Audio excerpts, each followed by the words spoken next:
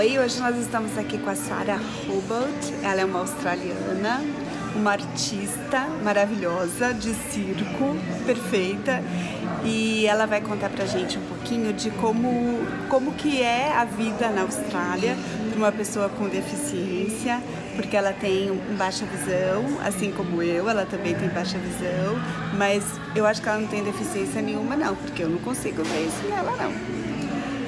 Hi Sarah. Hi, how you doing? How are you? I'm good. Okay.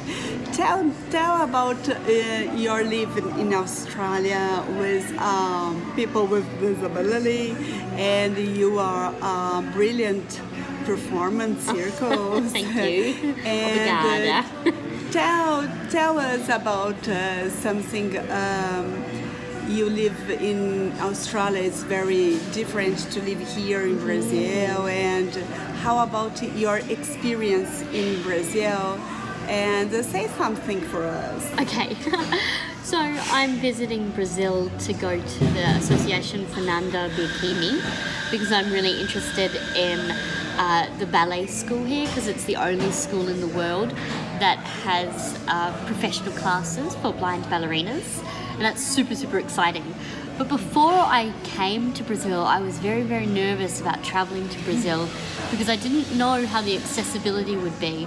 I didn't know if I could cross the streets, for example, and I didn't know if I'd fall over the sidewalks or whether I'd get lost, or if I took my mobile phone out for accessibility, whether it would be stolen straight away. So I was very, very, very, very nervous. It's the biggest trip I've ever done because I don't know what it's like here in Brazil before I come.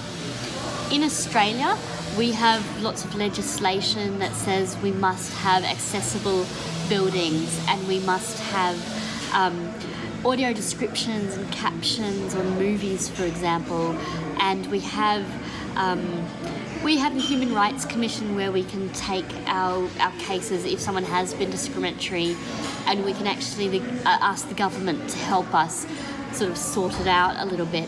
We're not perfect in Australia. We have 20 million people, or about 21 million people now in Australia, and 20% have a disability. So I don't know the figures for blind or partially sighted people exactly, but I do know that we're talking a lot about audio description and the quality of audio description for theatre and film and TV and for live performances, so that we can access them and see them.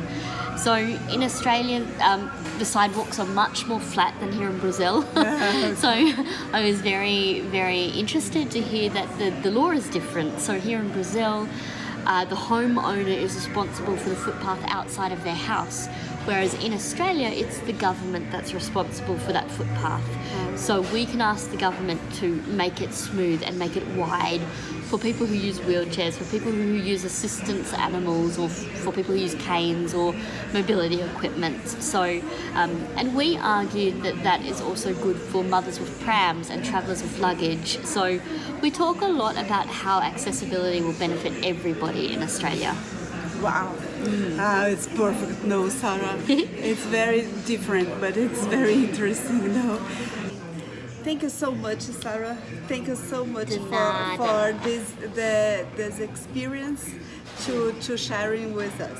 I think it's really important for people with disability across the world to know each other and to meet each other and have these conversations, because what I found was that actually we have the same barriers no matter what country we live in. So also, muito obrigada for talking to me. Ela já tá falando muito bem português, viu? Eu falo pouco português. Tá perfeita. Obrigada mesmo. Legal. Tchau, tchau.